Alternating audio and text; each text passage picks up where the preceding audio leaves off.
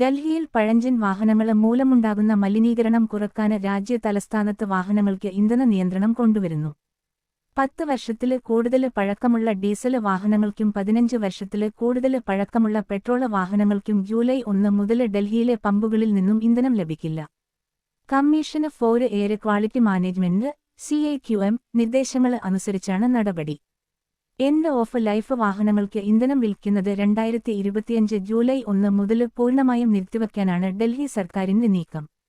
ഡൽഹിയിൽ നടപ്പാക്കുന്ന നിയന്ത്രണം അടുത്ത ഘട്ടമായി നവംബർ 1 മുതൽ ഗുരുഗ്രാം, ഫരീദാബാദ്, ഗാസിയാബാദ്, ഗൗതം ബുദ്ധ് നഗർ, സോനബദ് തുടങ്ങിയ മേഖലകളിലേക്കും 2026 ഏപ്രിൽ 1 മുതൽ എൻസിആറിന്റെ ബാക്കി ഭാഗങ്ങളിലേക്കും വ്യാപിപ്പിക്കാനാണ് നീക്കം നടക്കുന്നത്.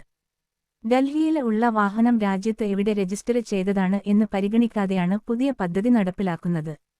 അതേസമയം സർക്കാർ നീക്കത്തിന് എതിരെ ഡൽഹിയിലെ കാറുടമകൾക്കിടയിൽ വ്യാപക പ്രതിഷേധം ഉയർന്നു കഴിഞ്ഞിട്ടുണ്ട്. മേഖലയിലെ 44% കാർ ഉടമകൾക്കും സർക്കാർ നീക്കത്തോട് എതിർപ്പാണെന്നാണ് ലോക്കൽ സർക്കിൾ സർവേയെ ഉദ്ധരിച്ച് നവമാധ്യമ റിപ്പോർട്ടുകൾ പറയുന്നു. പലരുടെയും കൈവശമുള്ള വാഹനം കാലപ്പഴക്കം കൊണ്ട് നിയന്ത്രണ പരിധിക്ക് ഉള്ളിൽ വരുമെങ്കിലും മികച്ച പ്രവർത്തനക്ഷ ഉള്ളവയാണ്. 15 വർഷത്തേക്ക് നികുതി ഉൾപ്പെടെ ഒടുക്കി സ്വന്തമാക്കിയ വാഹനങ്ങൾ നിയന്ത്രണങ്ങളുടെ പേരിൽ ഒഴിവാക്കേണ്ടിവരുന്നത് വലിയ സാമ്പത്തിക ബാധ്യത ഉണ്ടാക്കുന്നതാണെന്നും വാഹന ഉടമകൾ പറയുന്നു.